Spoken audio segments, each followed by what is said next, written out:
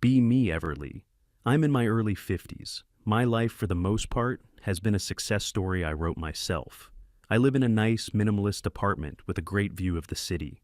White walls, lots of natural light. Everything is exactly where it should be.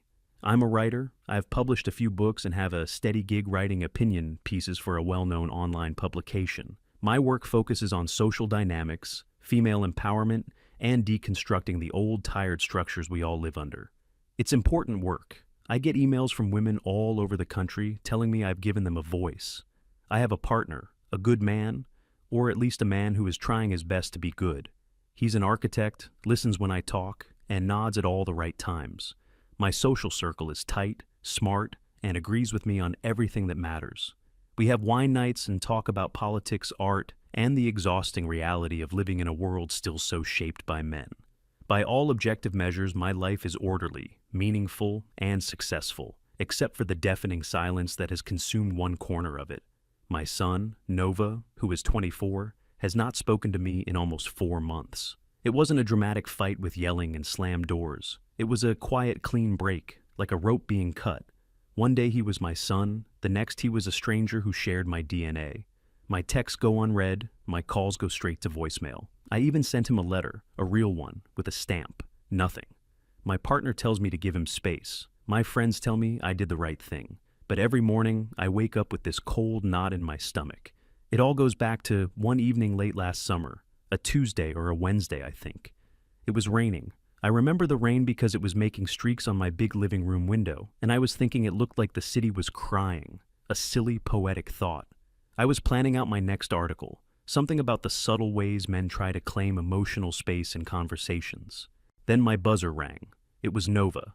He never visited unannounced. He was a creature of habit, my son. Always a text first. Hey, are you free this weekend? Or, can I call you after work? His impromptu arrival was the first sign that something was off. When I opened the door, he looked awful, not sick, but drained, like all the color had been leached out of him. His shoulders were slumped, and he was staring at the floor. He was holding a small, soggy paper bag that probably held some takeout he had no intention of eating. I let him in, trying to keep the annoyance out of my voice. I was on a deadline. I asked him what was wrong, if he needed money, if something had happened at his IT job. He just shook his head and mumbled, "No, nothing like that."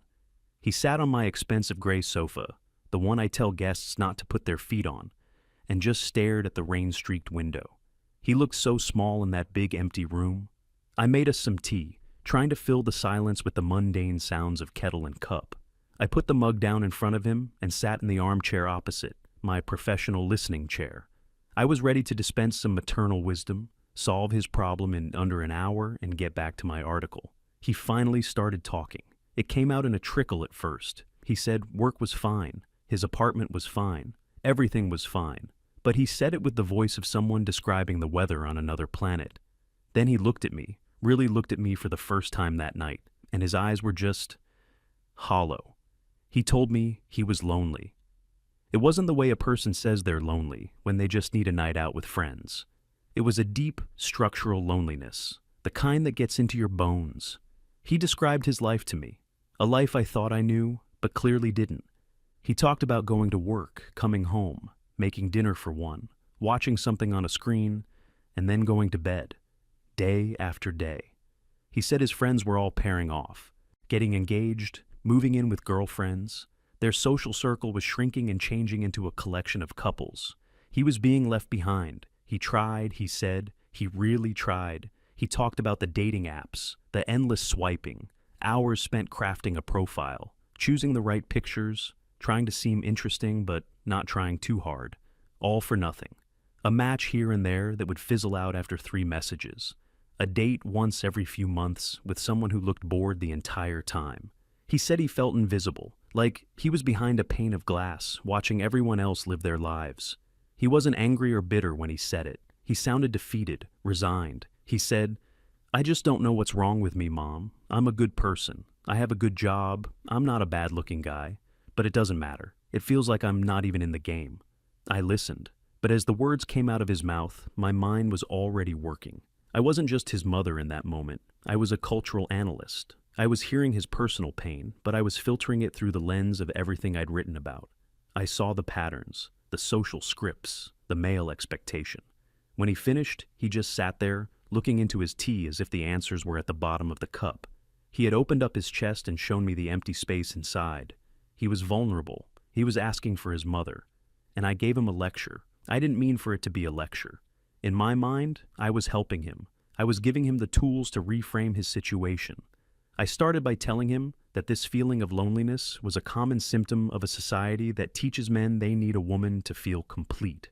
I suggested that instead of focusing on external validation from women, he should work on his own internal sense of self-worth. He just kept staring at his mug. He didn't say a word, so I kept talking. I was warming to my subject now. This was familiar territory. I explained that the dating market he found so frustrating was, in many ways, a reaction to centuries of men holding all the power. Women were finally in a position to choose freely, and that meant some men would inevitably feel left out. It was a societal correction, I said. I told him the feeling of being invisible was something women had dealt with for all of history, unless they were deemed young and beautiful enough to be visible to men. I think I even used the phrase, "welcome to our world." He still didn't look at me. I could see the muscles in his jaw tightening. I felt a surge of self-righteousness. This was important. He needed to hear this. This was a teaching moment. I went on. I talked about toxic masculinity. I told him that the pressure he felt to be successful and find a partner was a cage men built for themselves. He didn't have to subscribe to it. He could be different. He could break free. He finally looked up. The hollow look was gone. It was replaced by something else, something cold and sharp. He said very quietly, "So what you're saying is, my feelings are wrong." I bristled at that. "I'm not saying they're wrong, Nova. I'm saying you need to examine where they come from. This sense of frustration you have, it's a form of entitlement. It's the expectation that you deserve a partner, and the world is being unfair by not providing one." And then I delivered the final blow, the line that I replayed in my head 1,000 times since. I looked at my sad, lonely son, and with all the detached wisdom of a gender studies textbook, I said, "You have no idea how much privilege you walk around with every single day. This frustration you're feeling, it's a taste of what it's like not to have everything handed to you. Maybe you should sit with that feeling for a while." That's when he changed. It wasn't sudden. It was a slow withdrawing. I watched him pull every part of himself away from me, retreating behind some wall deep inside his mind. The light in his eyes just went out. He stood up from the sofa. He didn't seem angry. He didn't seem hurt anymore. He just seemed done. He walked to the door, leaving his full mug of tea on my coffee table. He said, "Okay, I get it now." I asked him where he was going. He turned around and his face was a perfect mask of neutrality. It was the face of a polite stranger. "Home," he said. "Thanks for the tea." Then he left. I stood there in the silent apartment, the sound of the rain my only company. For a moment I felt a pang of something, regret? But I pushed it down. I told myself it was for the best. Tough love. He was an adult. He needed to learn to stand on his own 2 feet and not blame the world for his problems. I went back to my laptop and finished my article. It was a good one, sharp, insightful, and uncompromising. The next week, I sent him a text. "Hope you're feeling better. Let's get dinner soon." No reply. A week later, another text. "Are you still upset about our talk? That's a bit childish, don't you think?" Nothing. After a month of silence, I called him. It rang and rang, then went to voicemail. His voice on the recording sounded like a ghost from another life. I left a message. My voice was clipped, annoyed. I told him he was being incredibly immature and that I deserved the respect of a response. That was the last message I ever left him. I complained about it to my partner. He listened, nodded, and said, "He probably just needs some space. He'll come around."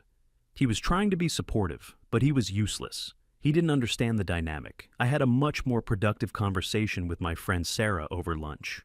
Sarah is also a writer, even more uncompromising than I am. I told her the whole story, framing it as a case study in modern male fragility. She was completely on my side. She was indignant on my behalf. "You did absolutely nothing wrong," she said, stabbing a piece of arugula with her fork. "You gave him a perfectly rational, sociologically sound analysis of his situation, and he threw a tantrum because it wasn't what he wanted to hear. She said that men are conditioned to see women as emotional service providers. They come to us to fix their feelings, and when we offer a diagnosis instead of a bandage, they get angry. He wanted you to say, "Oh, you poor thing, the world is so mean to you," she scoffed, and you refused to play that role. Good for you. You maintained your intellectual integrity. Hearing her say it all back to me was incredibly validating. Yes, that was it. I hadn't been a bad mother. I had been a good feminist. Nova's reaction wasn't about me. It was about his own inability to confront the truth. Sarah and I spent the rest of the lunch talking about how exhausting it was to be the enlightened ones, constantly having to educate the men in our lives. I left that lunch feeling powerful and vindicated. My son's silence was no longer a source of pain. It was proof of my correctness. It was a badge of honor. For the next couple of months, I lived in that state of self-assured righteousness. I was busy with work. A new book proposal was accepted. My articles were getting thousands of shares. I did a podcast interview where I talked about the importance of setting emotional boundaries with the men in our lives, even our sons. I was at the top of my game. I barely thought about Nova, or if I did, it was with a kind of detached pity. I hoped he was doing the work and would eventually see that I had been right all along. I imagined him, months from now, calling me up and apologizing. "Mom, you were right. I was stuck in a bad mindset. Thank you for showing me the light." I would be gracious in my victory, of course, but that call never came. The first crack in my perfect world appeared on a Monday. It was an email from my editor, my longtime editor, a woman who had championed my work for years. The subject line was a change in direction. The email was full of corporate jargon, pivoting our brand, aligning with new voices, evolving the conversation. It took me 2 reads to understand what she was actually saying. They were letting me go. My column, my steady platform for the last decade, was being indefinitely paused. They were replacing me with a 22-year-old with a massive social media following who wrote exclusively in slang and memes about smashing the cishet patriarchy. I called my editor immediately. She sounded uncomfortable. I asked her why. Was it my numbers, my writing? No, of course not, she said quickly. Your work is foundational. It's just that, well, the discourse is moving on. Your perspective is seen as a bit dated. Dated? I was the one who helped build this discourse. She explained that my brand of feminism was considered too exclusionary by the new guard, too second wave, too focused on dynamics between men and women instead of the broader spectrum of identities. I was being made redundant by the very movement I had dedicated my life to. I felt a cold dread creep up my spine. It was the first time in my professional life I had ever felt irrelevant. I hung up the phone and just stared at my laptop screen, at the half-finished draft of my next column. It felt like a relic from a forgotten civilization. I told my partner about it that evening. He was sympathetic. He rubbed my back and said I was too talented to be held down for long. He told me it was their loss, but he didn't get it. It wasn't just about losing a job. It felt like my identity had been canceled. For the first time, I felt a flicker of what Nova might have felt, the feeling of being invisible, of the world moving on without you. I pushed the thought away. My situation was completely different. It was political. His was just personal. But the feeling lingered, a small, cold stone in the pit of my stomach. The next crack appeared a few weeks later. It involved my partner, the man who was supposed to be my safe harbor. I had been difficult to live with since I lost the column. I was moody, irritable, and constantly talking about the infantile state of modern activism. I was analyzing everything, turning our home into a constant seminar. I criticized the way he spoke, the movies he wanted to watch, the assumptions I believed were lurking behind his every word. I thought I was being sharp and observant. I realize now I was just being cruel. One evening, he came home from work and found me ranting about a new article written by my 22-year-old replacement. I was pacing around the living room, dissecting her simplistic arguments and terrible grammar. He just stood in the doorway watching me. He had a tired look on his face, the same one I'd seen on Nova. I didn't notice it at the time. When I finally paused for breath, he spoke. He said, "I can't do this anymore, Everly." I was stunned. "Do what? Listen to me have a thought?" "No," he said, and his voice was gentle, which somehow made it worse. "I can't live inside a think piece. I feel like I'm a character in one of your articles. The well-meaning but ultimately problematic man. You're not with me. You're observing me, judging me. It was absurd. I told him he was being overly sensitive, and then he said the words that shattered everything. It's just, I feel so lonely, even when you're right here. Loneliness, that word again. He said he was tired of being a symbol. He just wanted to be a person. He wanted a partner, not a critic. He told me he was moving out. He'd already found an apartment. He had it all planned. This wasn't a snap decision. This was a conclusion he had reached after months of feeling erased in his own home. I tried to argue. I tried to use logic. I tried to deconstruct his feelings and show him where they were coming from. I tried to do to him exactly what I had done to my son. He just shook his head. You see, you're doing it right now, he said. You're not listening. You're analyzing. He packed a bag that night and left. The apartment, once a symbol of my orderly success, suddenly felt cavernous and empty.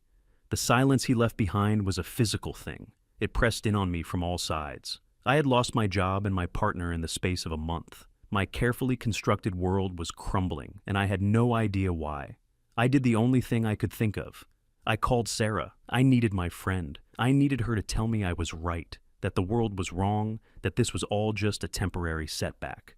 I met her at our usual wine bar. I must have looked as bad as Nova did that night, because her first reaction was a shocked, "My God, what happened to you?" I told her everything. The column, my partner leaving. I cried. It was the first time I had cried in years. I expected her to wrap me in a hug, to pour me another glass of wine and rail against the injustice of it all. But she didn't.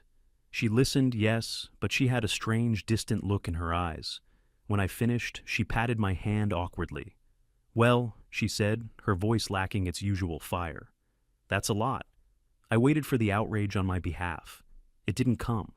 Instead, she started talking about her own life, a new book deal she had just landed, a prestigious fellowship she was applying for. It was like she hadn't even heard me. I tried to bring the conversation back to my crisis. I said, "I just feel so alone right now." And then she said the most astonishing thing.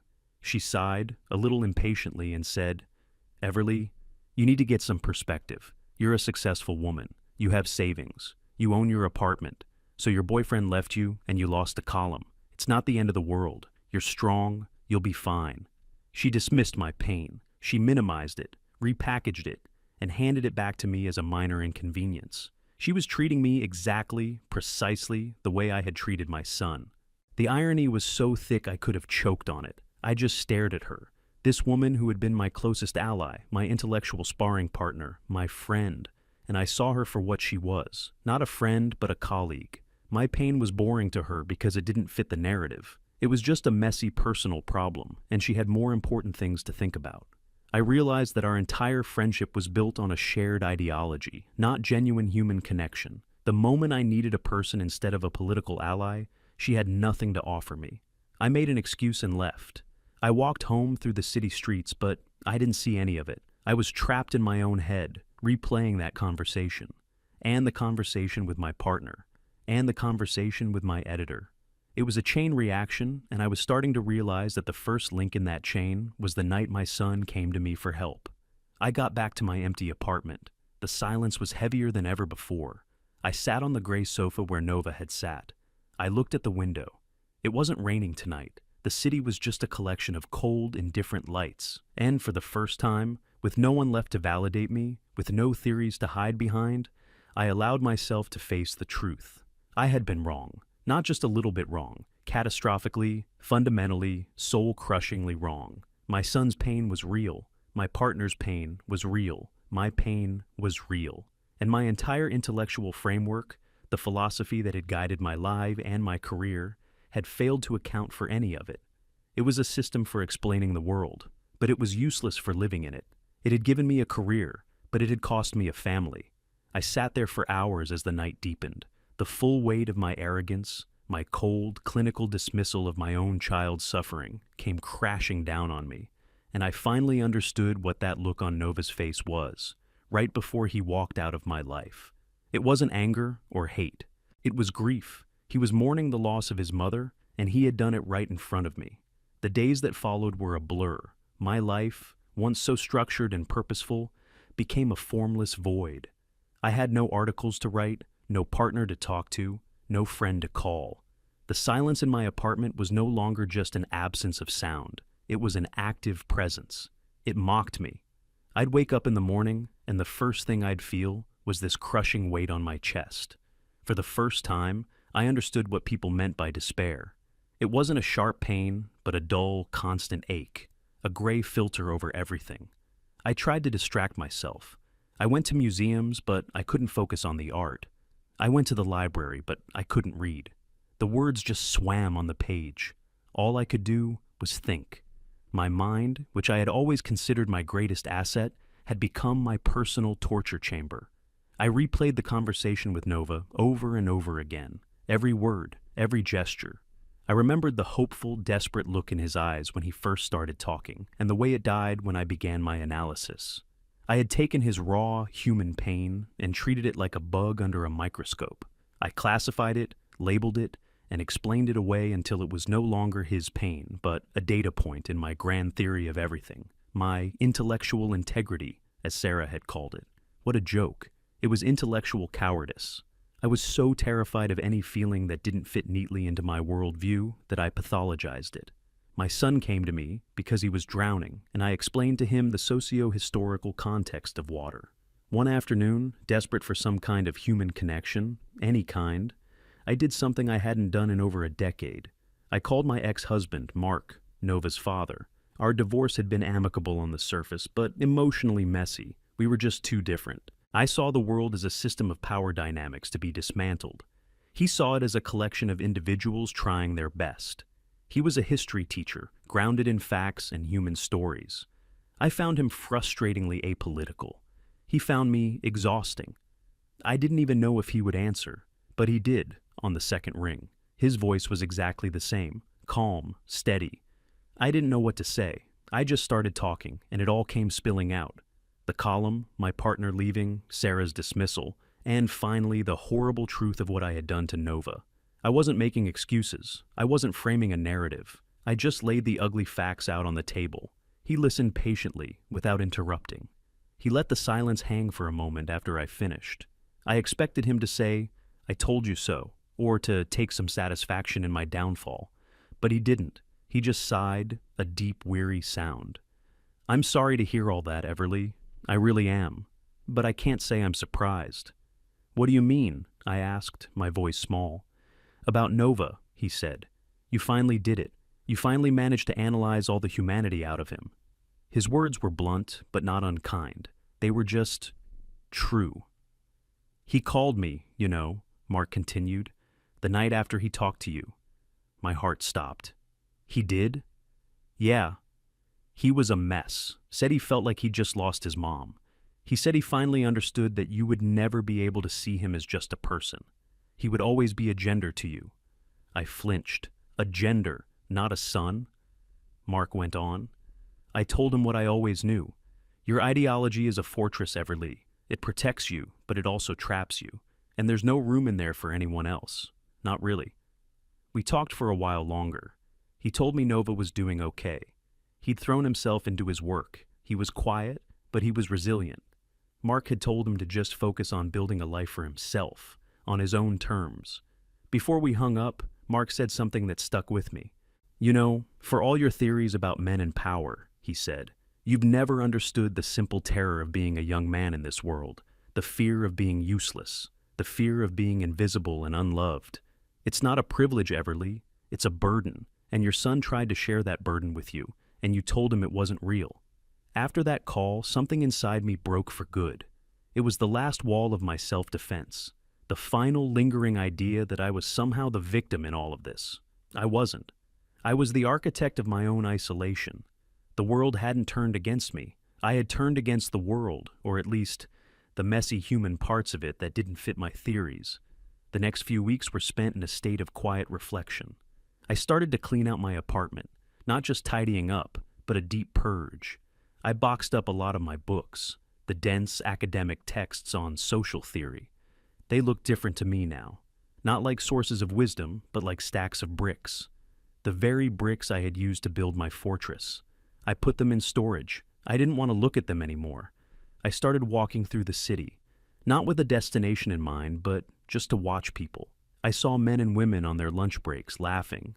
I saw fathers pushing strollers. I saw elderly couples holding hands. I saw teenagers on awkward first dates. I saw life. Messy, complicated, unanalyzed life. I had spent so much of my time writing about humanity in the abstract that I had forgotten to be a part of it. I realized that my pursuit of a perfectly just and equitable world had made me unjust and inequitable to the people closest to me. I demanded empathy on a societal scale, but I failed to practice it on a personal one. The hypocrisy of it was staggering. I knew I had to do something. I couldn't just live in this state of regret forever. I had to try to make amends, not for me, but for him. He deserved an apology, even if he never wanted to see me again. Apologizing was not something I was good at. In my world, apologies were often seen as a sign of weakness, a concession of ideological ground. But this wasn't about ideology. This was about a mother and a son. I couldn't call him. He wouldn't answer. A text felt too cheap, too easy to ignore. So I decided to write him an email. It felt formal, but it also felt right. It would allow him to read it in his own time, without the pressure of an immediate response. I sat at my kitchen table for 3 days, writing and rewriting it. My first drafts were terrible. They were full of explanations, justifications. I was wrong, but here's why I thought what I thought. It was still about me. I deleted them all and started again. This time, I just wrote the truth. I started with Dear Nova, not hi or hey. It felt important to be formal, to show respect for the distance between us. I told him I was sorry. 2 simple words that were the hardest I've ever had to write. I didn't make any excuses. I didn't mention my work or my partner or anything else that had happened to me. That was my mess, not his. I specifically addressed the things I had said that night. I wrote, "You came to me with your pain, and I dismissed it. I called it entitlement and privilege. I was wrong. Your feelings were real and valid. And as your mother, my only job in that moment was to listen and to offer you comfort. And I failed. Completely." I wrote about how I had hidden behind my theories because I was too arrogant to face a simple human truth that I couldn't explain. I told him that he had every right to be angry and to keep his distance, that I wasn't asking for forgiveness or for things to go back to the way they were. I just wanted him to know that I knew I had failed him. The last paragraph was the most difficult. I wrote, "You deserved a mother that night, and you got a theorist. That is the great regret of my life. I hope that one day you can find the happiness and connection you deserve. I love you." I signed it, Mom. I read it over about 50 times. It wasn't eloquent. It wouldn't win any literary awards, but it was honest.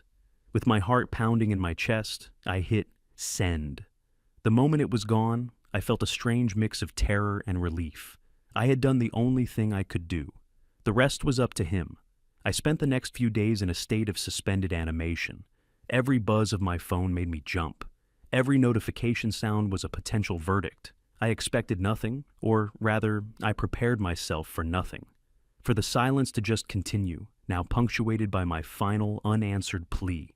After 4 days, I had almost given up hope. I was sitting by my window, watching the sunset. My laptop chimed, a new email.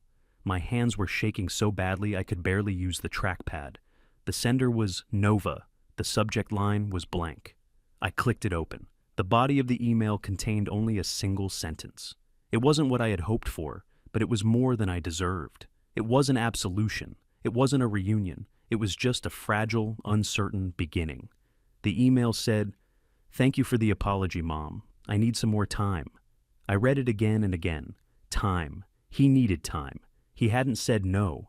He hadn't told me to leave him alone forever. He had acknowledged me. I leaned my forehead against the cool glass of the window, and for the second time in years, I cried. But this time, it wasn't tears of self-pity or frustration. It was tears of grief. Yes, for the mother I had failed to be. But there was something else mixed in there too. A tiny, fragile seed of hope. I don't know what will happen with my son. The bridge between us is in ruins, and maybe it can never be fully rebuilt. The cracks might always be there. My career is gone. My relationship is over. My old certainties have turned to dust. My life is no longer a success story I wrote myself. It's a cautionary tale. I sit in my quiet apartment, and I'm not a writer or a feminist or a theorist anymore. I'm just a woman who is learning, far too late, how to listen. And I'm waiting. I'm giving my son the time he needs, the space he deserves. I spend my days trying to become the person he can one day talk to again. I was so busy trying to deconstruct the world that I deconstructed my own family. And now I'm just trying to pick up the pieces, one by one.